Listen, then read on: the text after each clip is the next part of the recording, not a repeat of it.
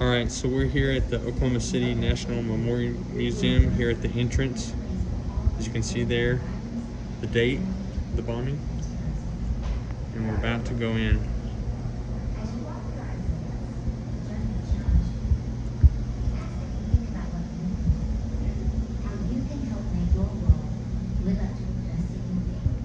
Oklahoma City reminded us that how we respond to Okay, this is kind of an interactive aerial map of what the area looked like before the bombing, and you can click here on some of the people. They tell you some of their stories. And you can click this right here. You can see how it's changed today. Pretty cool. And this is just a list of all the agencies within the building.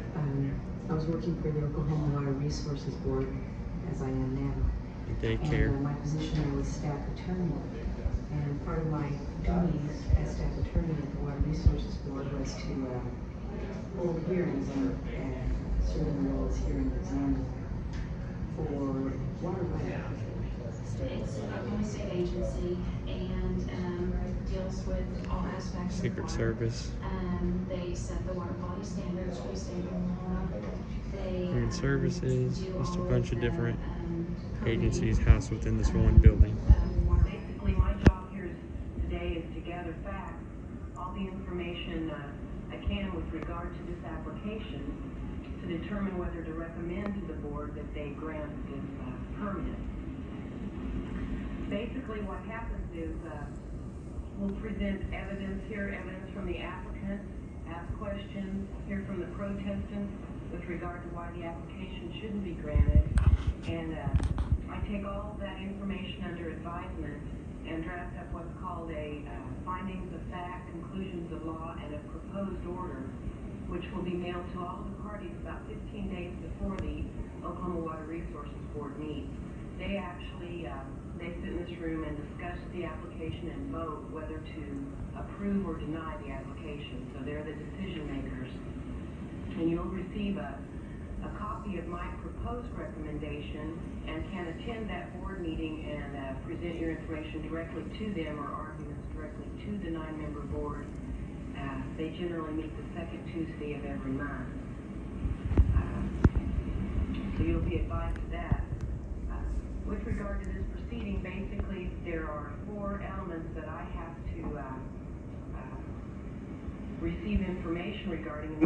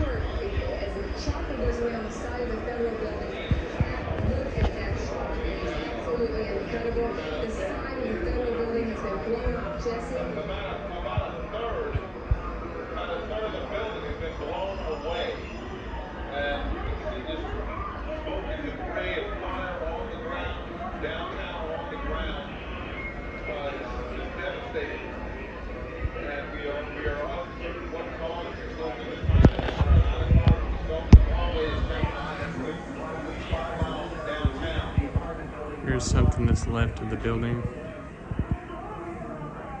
The Water Resources Board, the meeting that we were just in. Here's what was left.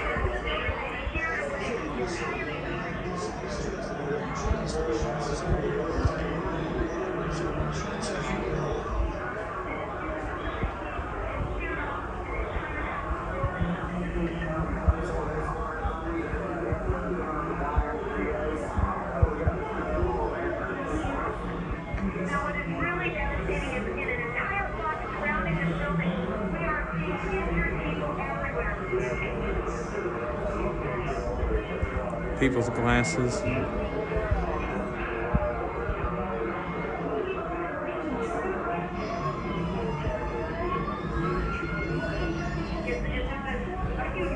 people's car keys.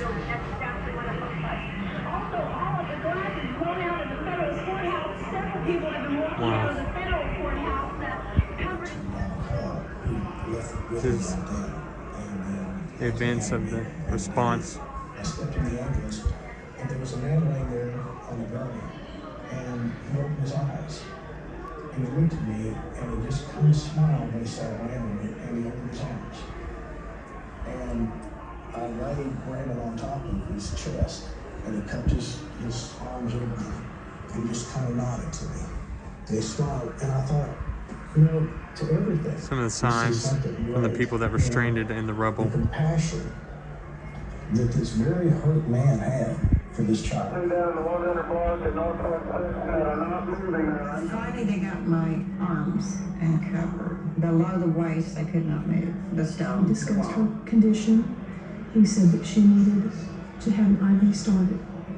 And he made me realize without saying it that she was extremely critical. And as we were working, Dressed Mom's care came in. by one of the survivors. Conversation, a loud explosion occurred, blowing me from my desk across the hall into the opposite office. It took me a minute to figure out what happened. Once I regained my senses, I heard people screaming for help. The building is basically destroyed. So this is an interactive exhibit about the stories of the survivors. I'm just going to click on one of them. I was basically about 15 feet away from the pit where it dropped off, where the 9 floors were pancaked into within an inch of each other, and it was an experience that I will never forget in my life. When it hit, of course I had no idea of what was happening. When it hit, it felt like a ton of bricks had just hit me in the center of my head. And instantaneously, it felt like bolts of electricity just started at the tips of my toes and just coursed through my whole body. And I could feel my hands in the air and my body just vibrating. And at that moment, I had lost my sight. I couldn't see anything. There was complete darkness. And I could just hear myself screaming. I couldn't see anything, but I could just hear myself screaming, and I could just feel my body collapse. I kept saying his name, and I gotta find him. Here's a station about the bomb crater and the blast pattern. So as you can see, the truck was parked there, and it went down and then up.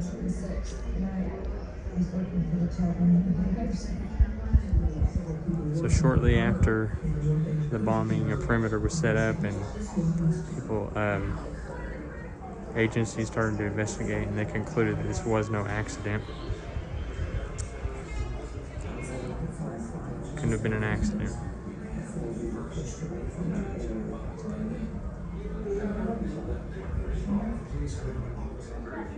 So we're at part of the exhibit that deals with the investigation and arrest of Timothy McVeigh and his partner Terry Nichols. You can see here it has some displays here about the evidence, how they found them. Nothing is the same after 9:02 the morning of the bombing. A little story of why McVeigh did it.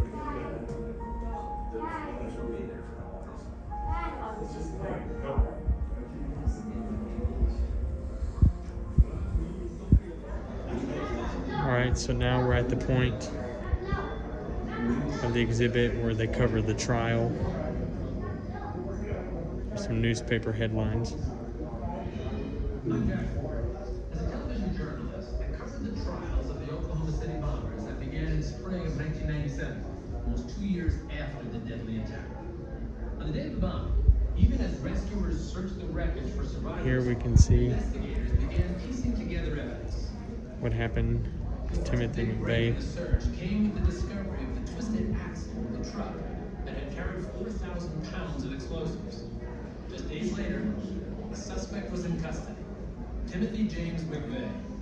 His friend, Terry Nichols, was being held as a material witness in Kansas, and information about Terry Nichols. along with his wife Lori, were identified by the FBI in Arizona. Both were found guilty. Okay, so we're outside looking at the survivor tree. It serves as a memorial for resilience and strength. And over here we have the chairs over there that symbolize each of the victims of this bombing. And on both ends here we have two gates. And the first one here, the east gate, is labeled 901. And the west gate over here is labeled 903. So the bomb went off at 902, and the gates represent the time that came before and the killing that began immediately after. So one last thing here as we wrap this tour of the Memorial Museum up and the memorial itself, looking at all these chairs that symbolize all the people that died on that day. 168 total. And right here as an example, we have this smaller chair, and that stands for the children that died in the daycare.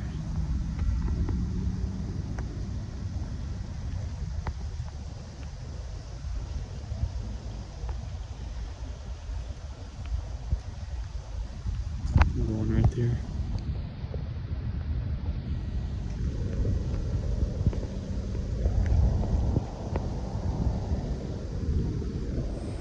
So, quick last thing.